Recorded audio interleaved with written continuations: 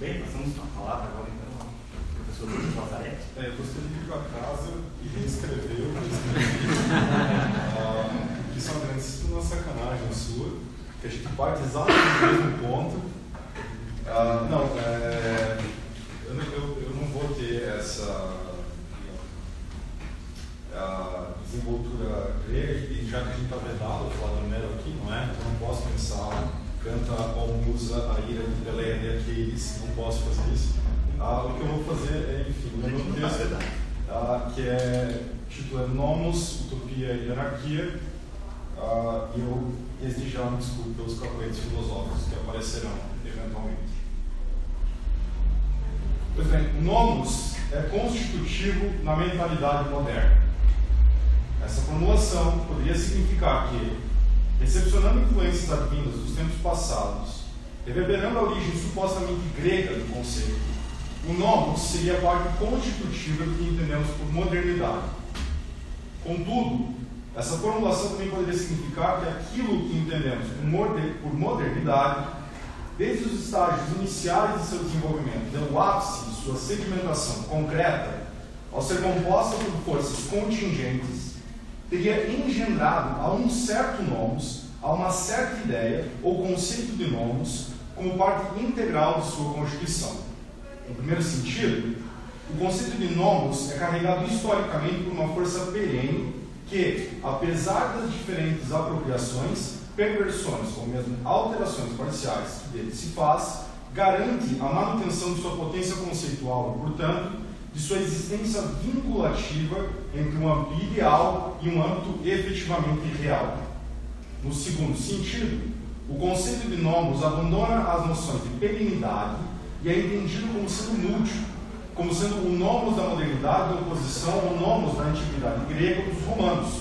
O nomos que, apesar das influências passadas, foi criado conjuntamente com o que conhecemos por modernidade, não sendo um mero elemento adjacente à modernidade, mas sendo um dos eixos estruturantes, um traço essencial, sem o qual a nossa própria ideia de modernidade ficaria prejudicada em seus termos conceituais e concretos.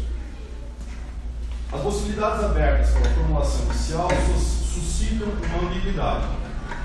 O nomos, esse substantivo ainda não descrito, ainda não explicitado em seu conteúdo e apenas evocado como um esqueleto conceitual, está contido e incontido na modernidade, porque, segundo sua própria polissemia, o nomos é tanto constitutivo da modernidade quanto é constitutivo na modernidade. Seu traço conceitual, o mesmo traço conceitual que nos previne de iniciarmos uma análise sobre o nomos de maneira clara e distinta, indicando precisamente o que falamos quando dizemos nomos, esse seu traço conceitual é manchado por uma ambiguidade que o distingue exatamente onde o mascara. Se assumirmos que nomos é um conceito, então, segundo os termos indicados anteriormente, devemos assumir que nomos é ao menos três conceitos. O conceito inicialmente grego, que após transcursos históricos encontra diferentes apropriações em diferentes momentos, mas mantendo sempre a potência semântica unívoca. 2. O conceito que de alguma forma foi recepcionado no momento da formação da modernidade, naqueles 300 ou 400 anos ao longo de sua gestação, conceito esse que é ao mesmo tempo pré-moderno e inserido na constituição da modernidade. E 3. O conceito que é engendrado, apesar de todas as influências anteriores, teóricas ou práticas, no próprio transcurso constitutivo da modernidade, identificando-se com a modernidade no sentido simbiótico. O modo de ser da ambiguidade permite, então, a percepção de uma multiplicidade. Porém, uma multiplicidade que é decorrente de uma circunscrição inicialmente problemática, ou seja, aquela da apreensão conceitual. O nomos, assumido como um conceito, permite desdobramentos propícios às reflexões analíticas abstratas. Com isso, revelamos uma falsa identidade. Dizemos, o nomos é o termo equivalente a um elemento constitutivo da mentalidade moderna, sem que com isso tenhamos dito algo sobre as condições de possibilidade de ambos os termos, os restringindo apenas as relações lógicas e conceituais desses termos. Por que todo esse imbróglio verborrágico no início de uma fala? Os cacoetes filosóficos são assim tão ridículos que não permitem ver o que se encontra em nossa frente? Em parte, sim. Utilizamos essa palavra grega para não dizermos lei, para não dizermos norma, para não dizermos simplesmente direito. Estamos presos em um limite conceitual negativo em que o campo de acontecimento não coincide com a potência de sua força fenomênica. Dizemos um conceito negativamente por exclusão. Mas os signos excluídos não são aniquilados ou completamente afastados. Ao contrário, eles servem como fronteiras delimitadoras do conjunto ao qual o nomos pertence. Se o nomos não é lei, norma ou direito, isso não significa que está em uma relação de oposição ou mesmo de indiferença para com esses conceitos. Significa antes que o nomos está no conjunto do direito. O nomos é entendido na mentalidade moderna como sendo constituído por suas relações no campo político-jurídico. Aquilo que foi herdado, ou aquilo que foi transformado, ou ainda, aquilo que foi criado em determinado ponto, aquilo que chamamos de nomos, é sempre circunscrito por um âmbito político-jurídico. Mais do que isso, no entanto, quando indicamos que o nomos é constitutivo na mentalidade moderna, estamos dizendo algo especular e especulativo. Especular porque, ao dizermos que a mentalidade moderna entende o nomos como sendo constituído por suas relações no campo jurídico, no campo político-jurídico, estamos dizendo que a própria mentalidade moderna se entende como sendo constituída por suas relações no campo político-jurídico. Especulativo porque estamos avançando além dos limites fornecidos pelo próprio conceito, estamos buscando perguntar o que é o nomos e, ao mesmo tempo, como ele se relaciona com a mentalidade moderna. Essa é a minha pergunta inicial. Como posso compreender a relação entre o substrato do além da lei, do dentro fora do direito e aquilo que entendemos por mentalidade moderna? A pergunta especulativa é motivada por uma intuição. Protegido conceitualmente por sua suposta negatividade, o nomos blinda a mentalidade moderna e seus sequazes de sua ruína, de sua aniquilação, protegendo com caráter de necessidade, totalidade e absolutidade elementos contingentes tais como o Estado, a hierarquização e o direito, entendido como ordenação e, no limite, como ordenha de existências individuais.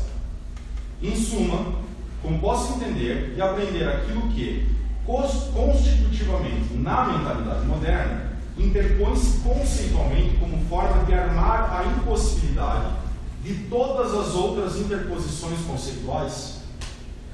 Dito de outra maneira, como revelo que o rei está nu, que a corte inteira está nua, que a nudez é todo o reinado e toda a ideia mesma de um reino? Já vimos que a solução não pode ser especulativamente guiada simplesmente pelo âmbito puramente conceitual. É preciso apelar ao fenômeno, ao que se manifesta concretamente. Nesse sentido, a análise de Carl Schmitt em seu Nomos da Terra é talvez a mais prudente para iniciarmos, pois não só dimensiona precisamente o recorte do nomos em relação à modalidade, como também parte de um entrave posicionado entre o âmbito conceitual e o âmbito fenomênico concreto.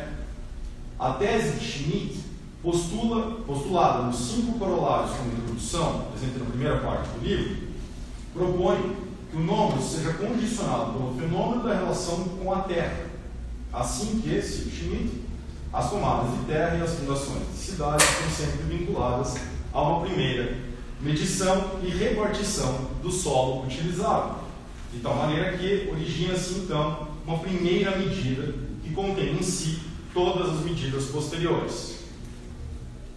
Tomar posse da terra, cercar a terra, cultivar a terra e viver na terra, essas ações têm por consequência uma ótimo e uma ótimo, localização, ordenação, uma determinação espacial concreta que gera a produção de uma regulamentação, de uma organização, de uma estruturação mínima e, portanto, de uma certa forma de normatização. A relação primeva com a Terra dispõe todas as relações posteriores em função de uma medida originária, Termo esse que tem um sentido concretamente político e, conjuntamente, abstratamente jurídico, denotando precisamente aquela ambiguidade já apontada. Schmitt, no entanto, aprofunda essa ambiguidade, apelando para o fato de que há uma concretude fenomênica em seu conceito de nomos. Cito Schmitt. É preciso levar em conta uma dupla consideração. Primeiro, devemos reconhecer a tomada de terra como um fato da história do direito, como um grande acontecimento histórico, não como mera construção do pensamento. Ainda que na realidade histórica, essas tomadas de terra tenham acontecido como eventos tumultuosos e o direito à terra tenha se originado algumas vezes de migrações torrenciais de povos e de campanhas de conquista, outras vezes da defesa bem-sucedida de um país em face do estrangeiro. Em segundo lugar, devemos ter em vista que este evento, em alemão aqui está Vorgang, fundamental da tomada de terra, para dentro e para fora também precede a diferenciação entre direito público e direito privado, entre dominação pública e propriedade privada, entre império e domínio. Assim. Tomar posse da terra é um fato histórico do direito, porque é, ao mesmo tempo, a determinação política concreta e a fundação de uma delimitação jurídica, tanto interna quanto externa. A tese de Schmitt sobre o nomos da terra tem em vista identificar, através desses elementos supostamente basilares, aquilo que constaria na composição de um novo tipo de relação com o nomos, ou seja, a relação moderna geográfica, geopolítica e geojurídica, uma relação que considera, a partir do século XVI, que os domínios do nomos agora estão em terra e mar. Para que se indique que há diferenciação desse novo nomos, que abarca o planeta inteiro, esse nomos global, sobretudo em relação ao nomos grego e medievais passados, Schmitt precisa antes incorrer em um movimento tipicamente moderno, estabelecer um fato contingente com caráter de totalidade absoluta e só então avançar para os pontos de diferenciação dentro do sistema internamente construído. Devemos notar que a direção do argumento está condicionada previamente por uma determinação teleológica. Schmitt quer indicar a diferença moderna dentro do global terra-mar e, para tanto, precisa encontrar uma forma original de controle espacial no epicentro da instauração do nomos. Já vimos que a tomada de posse supostamente preenche o requisito em um âmbito de concretude política. Mas e quanto à abstração jurídica? Como o nomos será posto como aquém e além do político jurídico, se, para tanto, precisar ser instanciador desse mesmo político jurídico? A saída de Schmitt é, mais uma vez, aquela tipicamente moderna. A solução não está no espaço, está no seu complemento, o tempo. No começo da história, cito Schmitt, de todo o povo tornado sedentário, de toda a comunidade, de todo o império, está, portanto, de uma forma ou de outra, o evento constitutivo de uma tomada de terra. Isso vale também para todo o começo de uma época histórica. A tomada de terra precede, não apenas logicamente, mas também historicamente, a ordem que se segue. Ela contém a ordem inicial de natureza espacial, origem de toda a ordem concreta posterior e de todo o direito posterior. Citação. Para encadear uma sentença sobre o sentido e as consequências da tomada de posse em termos políticos, Schmitt tem de apelar para uma abstração temporal, isto é, o começo da história. Se a determinação espacial é mais concretamente apreensível que devaneios abstratos, se a relação com a Terra é suficiente para indicar um traço fundacional, não o é, por outro lado, quando se trata de estabelecer essa fundação como uma mescla entre localização e ordenação. Schmitt percebe, assim como toda a modernidade, que é necessário situar a demarcação espacial sob a tutela de um marco temporal. A tomada de posse, historicamente apreendida, não é só uma determinação espacial, mas é também aquilo que precede a ordem, tanto histórica quanto logicamente, ou seja, tanto no âmbito concreto quanto no âmbito abstrato. A tomada de posse da Terra é instauradora de um sentido espaço-temporal, fundacional, de natureza espacial, de ordem inicial. Essa estrutura espaço-temporal da tomada de posse será empregada por Schmitt em seu conceito da palavra nomos. Cito Schmidt aqui. Nomos é a palavra grega para a primeira medição, que funda todas as medidas subsequentes, para a primeira tomada de terra, entendida como a primeira divisão e partição do espaço, para a divisão e a repartição originárias. Essa palavra, compreendida em seu sentido originário, espacial, e a mais adequada para tornar patente o evento fundamental, que inaugura e unifica ordenação e localização. Em citação. Prestemos atenção na linguagem empregada por Schmidt. Primeira medição, que funda todas as medidas subsequentes. Primeira tomada de terra. Primeira divisão e partição do espaço. Divisão e repartição originárias. Sentido originário espacial. Evento fundamental que unifica ordenação e localização. Quantas delas estão no âmbito puramente espacial e quantas estão no âmbito puramente temporal? Nenhuma. Trata-se sempre de uma determinação espaço-temporal. Primeira, tempo. Medição, espaço. Medição aqui em alemão significa essa medição espacial. Mesmo quando aborda um sentido originário, o qual poderia se encontrar unicamente no âmbito temporal, Schmidt logo acrescenta que esse sentido originário é, ele mesmo, espacial. Recurso esse que também emprega ao dizer que o evento fundamental, essa instauração temporal, inaugura e unifica ordenação e localização. O nomos, portanto, é a instauração do sentido espaço-temporal, ou ainda, é a determinação da ordenação político-jurídica sob a égide de uma suposta necessidade espaço-temporal. O que existe no nomos, pelo nomos, para o nomos e também contra o nomos tem que ser algo necessariamente delimitado em um determinado espaço geográfico, em um território, bem como deve reconduzir em seu fundamento a um princípio fundador e originário, desde o qual emanaria o sentido do nomos. A espaço-temporalidade do conceito schmittiano de nomos reflete dois elementos centrais do pensamento político-jurídico moderno. Assume-se que, necessariamente, a espacialidade tem de se dar sob a circunscrição territorial encerrada, de tal maneira que a localização implique em uma ordenação, obtendo-se assim, para o espaço, a noção de território estatal e, portanto, de Estado.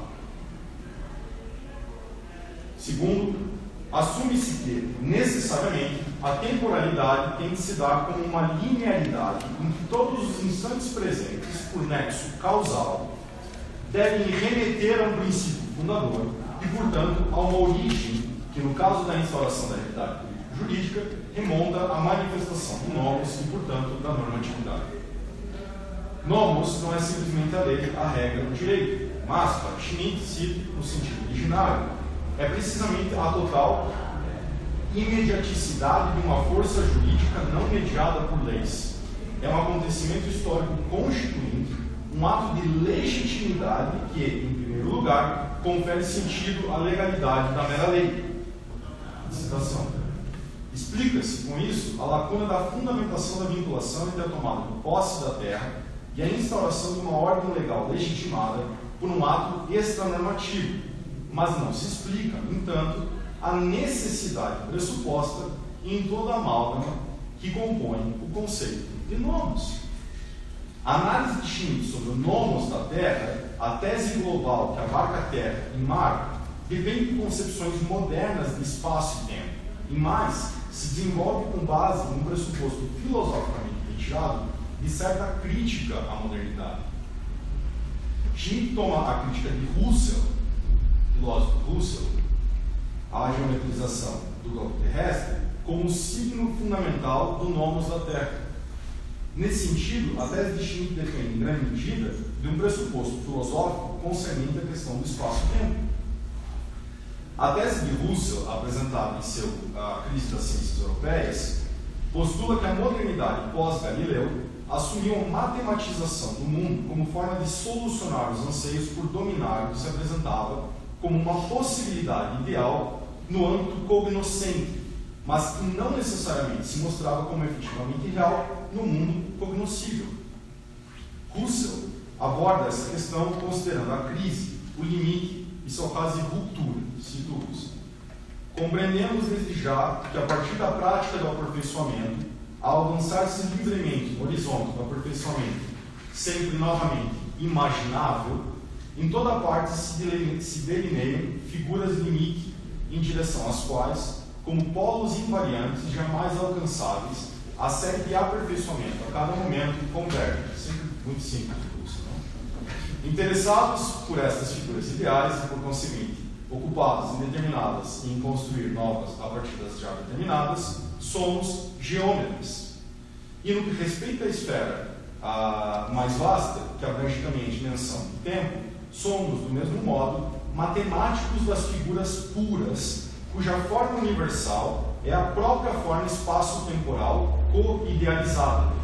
Em lugar da prática real, seja na ação ou na consideração de possibilidades empíricas relativas aos corpos efetivos e realmente possíveis, temos agora uma prática ideal de um puro pensar que se mantém exclusivamente no domínio das puras figuras limite.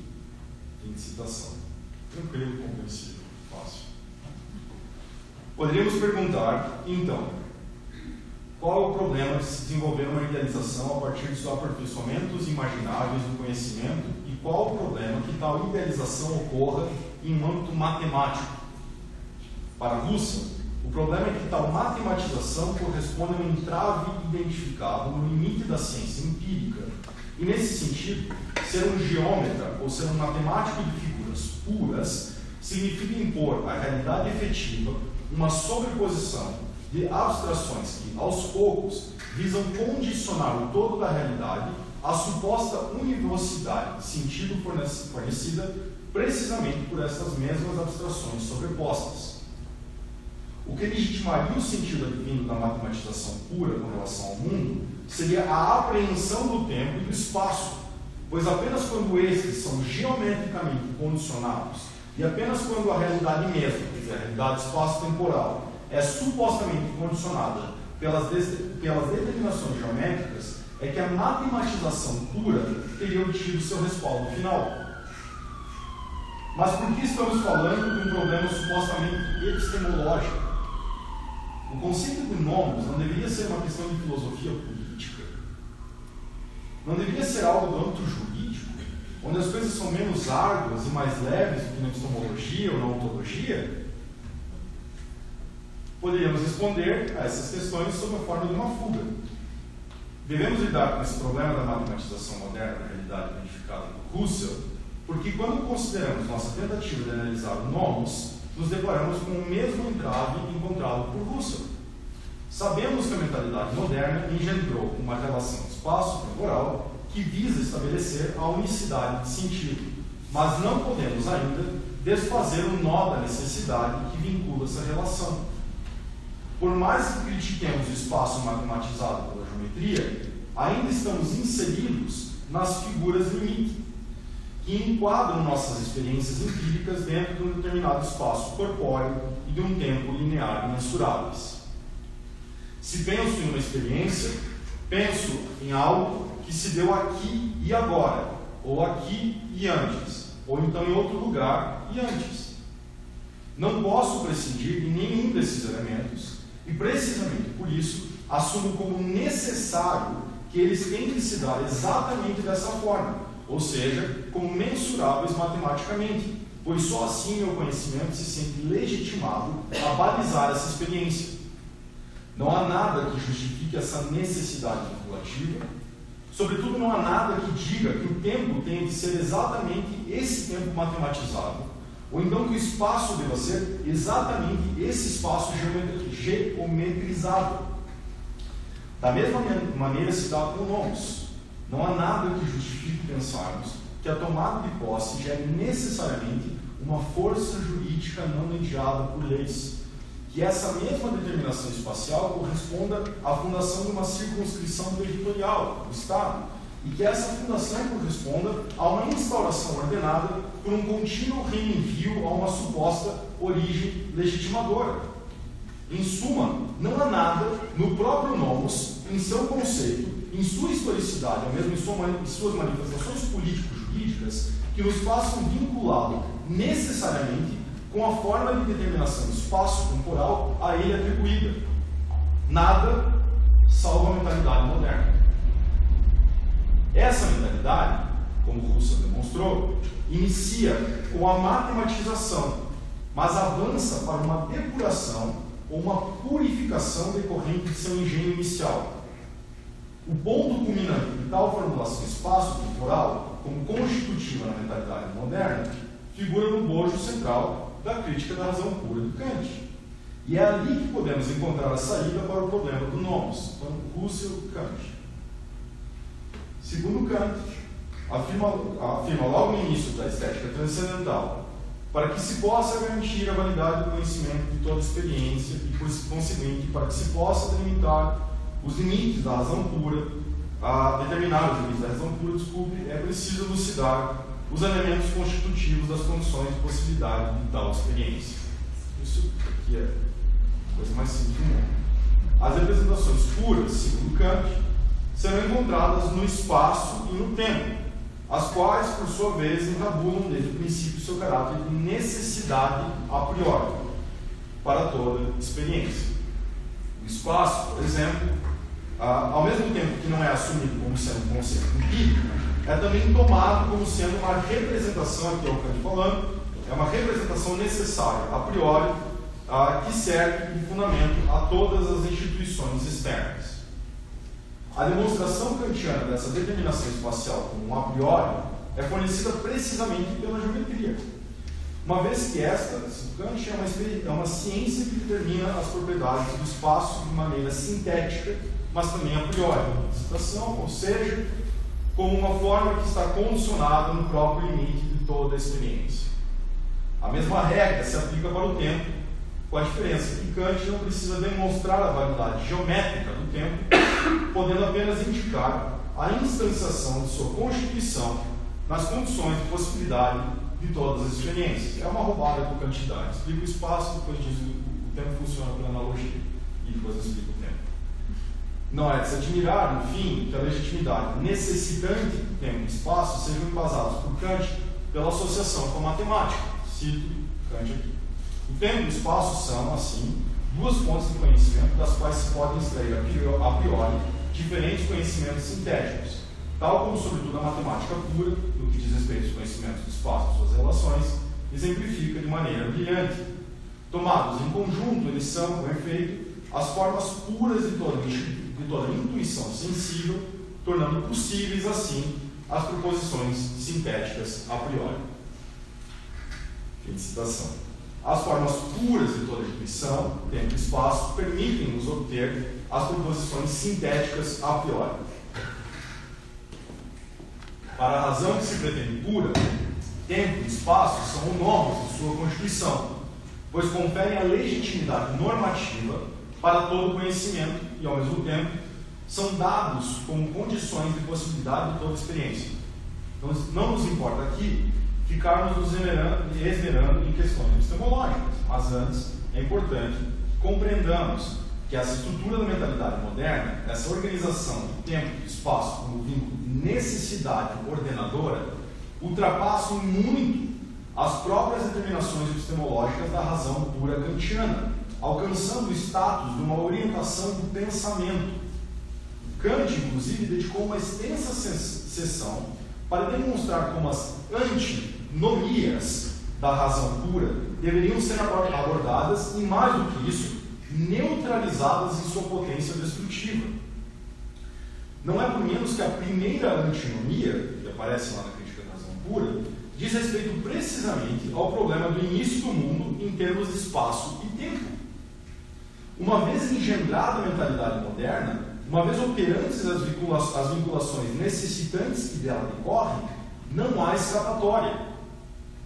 Para nós, considerando a nossa tentativa de análise do nomos, isso deveria significar um retorno ao campo já conhecido.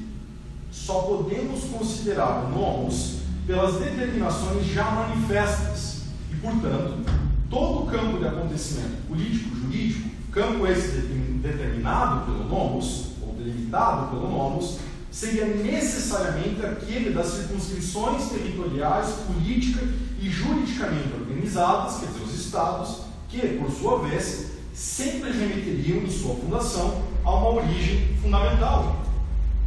As antinomias, quando consideradas em relação ao nomos, seriam simples oposições diretas. Se o espaço é finito, então pensaríamos em um espaço infinito apenas para indicar a inviabilidade desse pensamento. Se assumirmos o tempo pequeno início, então pensaríamos em um antes do tempo apenas para indicar a inviabilidade desse pensamento. O nomos é, conforme demonstramos, constitutivo na mentalidade moderna, e a decorrência dessa formulação é que, seguindo os ditames dessa mentalidade, não podemos pensar o nomos para além das determinações e contrassensos engendrados pelo próprio nomos. Nossa pergunta inicial era: como posso compreender a relação entre o substrato do além da lei, do dentro e fora do direito, e aquilo que entendemos por mentalidade moderna? A resposta que agora podemos formular é: somos capazes de compreender essa relação apenas sob os termos de sua própria constituição, sob a tutela da necessidade, pois a mentalidade moderna condiciona o entendimento sobre o conceito de nomos, da mesma forma que o nomos é constitutivamente engendrado por essa mentalidade moderna. O resultado dessa circunscrição lega, para nós, um entrave, de tal maneira que nossa linguagem fica presa a entender o nomos como uma constante manutenção de uma estrutura perene que perfaz e se imiscui em todos os falsos devires. O que está supostamente além da lei, esse dentro e fora do direito, é, por força dessa circunscrição, reconduzido para um ponto determinado pelo próprio direito e pela própria lei, de tal maneira que o nomos, modernamente entendido, só está além e aquém do direito do Estado no limite permitido pelo próprio direito e pelo próprio Estado. A potência política que é o nomos, seu devir, é tolhida e subsumida à estrutura territorial, Estado e temporal direito, para que este nunca seja entendido senão como uma variação ou um acidente subalterno à substância da mentalidade moderna. Podemos dizer que os campos de concentração são o nomos da modernidade. Podemos indicar que a suspensão da lei é a regra enquanto um perpétuo estado de exceção. Mas com isso não identificamos nada além das estruturas da mentalidade moderna. Não fazemos mais do que um diagnóstico. A suspensão, a exceção e o campo de concentração são formas de manifestação de uma relação determinada pelo espaço e pelo tempo, compreendidos à maneira moderna, da modernidade. Tentamos dizer o nomos, o conceito de nomos, mas o que dizemos sempre reiteradamente é o nomos do moderno, o nomos anti-insurrecto. O que eu gostaria de sugerir, a partir da identificação desse entrave, é uma possível visada sobre o nomos que permita ser aprendido fora dessa circunscrição. Devemos surpreender a mentalidade moderna lá onde ela estabeleceu seus laços de necessidade, naquela dimensão de um certo espaço, de um certo tempo. Como nota Frederick Jameson, em Notas sobre o Nomos da Terra, de Schmitt, notas que ele fez lendo e depois publicou, mesmo as supostas passagens de uma ordenação para outra, as supostas quebras, servem sempre como repetições e reforços da mesma estrutura assumida como essencialmente constitutiva de todas as organizações políticas, sociais e jurídicas. Segundo Jameson, Schmitt conceituaria o nomos de tal maneira que, aqui segundo Jameson, cada quebra, a cada quebra, a desintegração histórica do dado nomos clama por uma produção historicamente original de uma nova superestrutura legal. A revolução, esse conceito retirado da astronomia, devolve-nos para o mesmo lugar, precisamente como prevê seu sentido. Como podemos retirar o nomos dessa armadilha? Minha sugestão é que talvez possamos considerar categorias insurrectas para lidar com as categorias do espaço e do tempo. Ao invés de mobilizarmos simples oposições, Ao invés de considerarmos suspensões ou exceções, tanto geográficas quanto temporais, talvez possamos produzir uma cultura no modo de pensar da mentalidade moderna.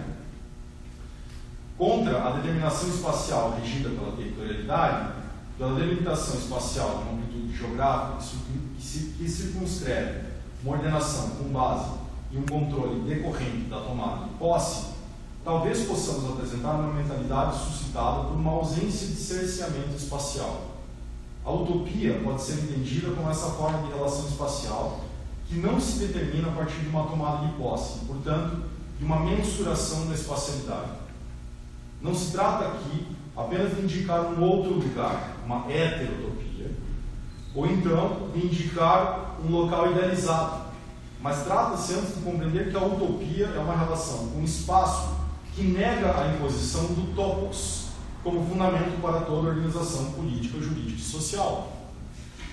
É preciso compreender que, nesse sentido, não se nega a fisicalidade ou a existência concreta dos espaços e das materialidades, mas nega-se a circunscrição como conditio sine qua non de toda a possibilidade de manifestação do nomos.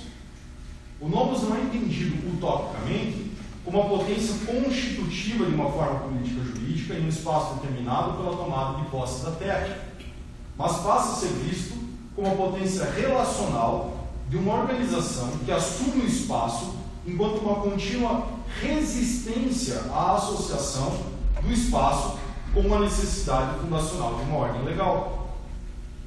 Em outros termos, o espaço utópico, assim entendido, o nomos engendra acontecimentos políticos jurídicos localizados que não transcendem seu próprio campo de acontecimento. E não transcendem porque não reenviam continuamente a uma fundamentação originária de uma ordenação.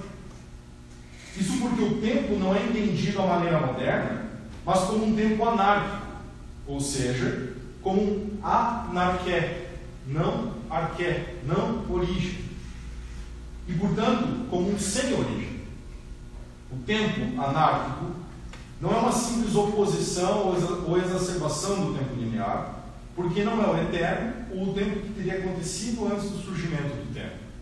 O tempo anárquico é aquele que impede qualquer reenvio do sentido do acontecimento para além de sua própria determinação, vetando, assim, a instauração de uma origem essencialista que substanciaria todas as relações político-jurídicas posteriores.